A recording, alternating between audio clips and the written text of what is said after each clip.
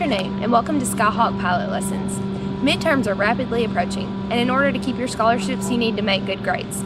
If you don't, you run the risk of losing them. My name is Kimbra, and I'm here with Kyle Gillespie, and he's going to share with you a little bit about his freshman year experience, some of the mistakes he made, and how he overcame those. Like Kimbra said, my name's Kyle. When I first come to UT Martin, me and my friends, we had a lot of fun. We partied and we partied hard. Unfortunately, though, some of them, they got underages. They got in trouble with the law, and it cost them quite a bit of money, and it's something that they're going to have to live with the rest of their lives. However, for me, I ended up losing $6,500 in scholarships. My GPA fell to a 2.0, and I had to go home for almost a year. So obviously it did affect you academically and financially. Was it stressful at all? What kind of things did you have to go through when you went back to Southwest? How did you deal with it? It was extremely stressful. I had to take a bunch of classes at Southwest down in Memphis, 17 hours during that spring semester and 12 hours during the summer, all while working, two jobs on a weekly basis, and I had that third job that I had to help out at every once in a while. But needless to say, I was working 40 plus hours a week, and it was stressful for me because I couldn't see any of my friends. Everybody was up here having a good time, and I was down there just trying to break my back to get that second chance. So all of this because you made a few bad decisions. Right.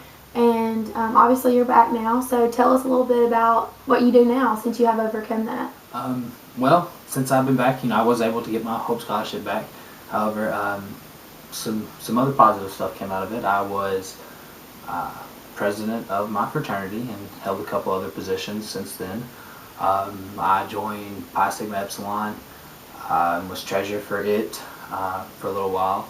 I did SGA for a semester. I'm a PEP leader now, and now my cumulative is up to a 3.4. Wow, and you're going to graduate in December. Right. That's awesome. So if there's any freshmen out there who maybe they're on the verge of making some of these bad decisions, or maybe they've already received an underage, what advice do you have for them on what to do?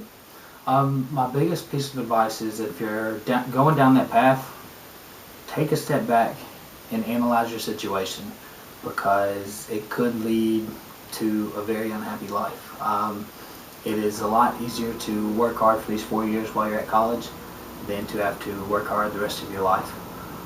If you've already been down that path, you've already made those mistakes, keep your head up. You can get back on the right path. It's just going to take a lot of self-motivation and determination. Oh, well, thanks, Kyle. Hopefully you guys have learned a little bit from Kyle's testimony, and like he said, it's very difficult. Keep your head up and have that self-motivation it takes to push through without making those rough decisions and taking the long road. Thanks. Like Kyle said, making good decisions now will keep you from paying for them in the future. Also, as a freshman, you should refrain from activities that will get you in trouble on and off campus. Up next, we have a segment on student conduct. Hi, my name is Joe Henderson. I'm the Director of Student Conduct here at UT Martin. The Office of Student Conduct has the responsibility of making sure that students abide by and adhere to all the rules and regulations of the Student Conduct Handbook. There are several condensed down copies of this around campus. One of the major infractions that we see among students is underage drinking. Underage drinking, when you get one of these, subject you to two different types of investigation.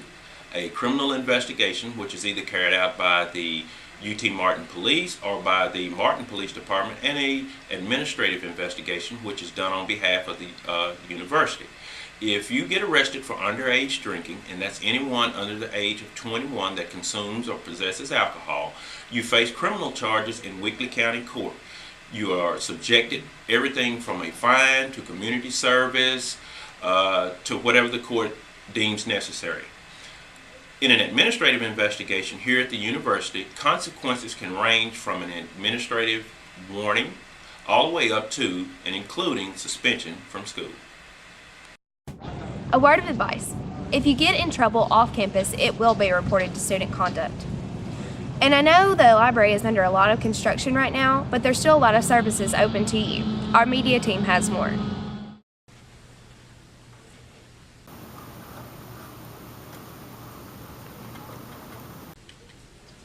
Anisha. Hey, how are you? I'm doing good. May I help you? Yes, I have a class project and I needed to make posters and stuff, and someone suggested that the LRC would be a good place for me to come.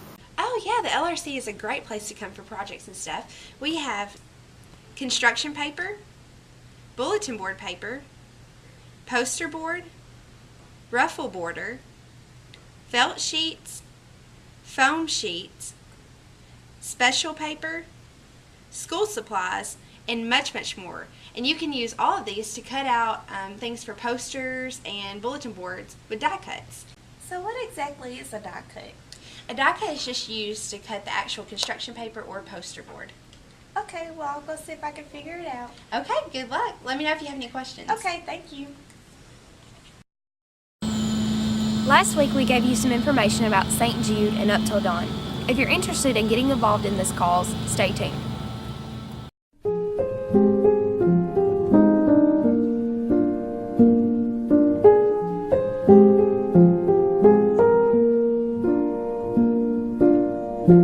All around me are familiar faces, worn out places, worn out faces, bright and early for their daily races, going nowhere, going nowhere.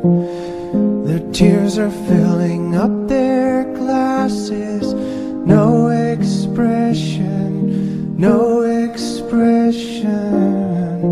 Hide my head, I wanna drown my sorrow. No tomorrow, no tomorrow. Hey guys, today in your General Studies class, be sure to register online for Up Till Dawn at www.stjude.org/UTD.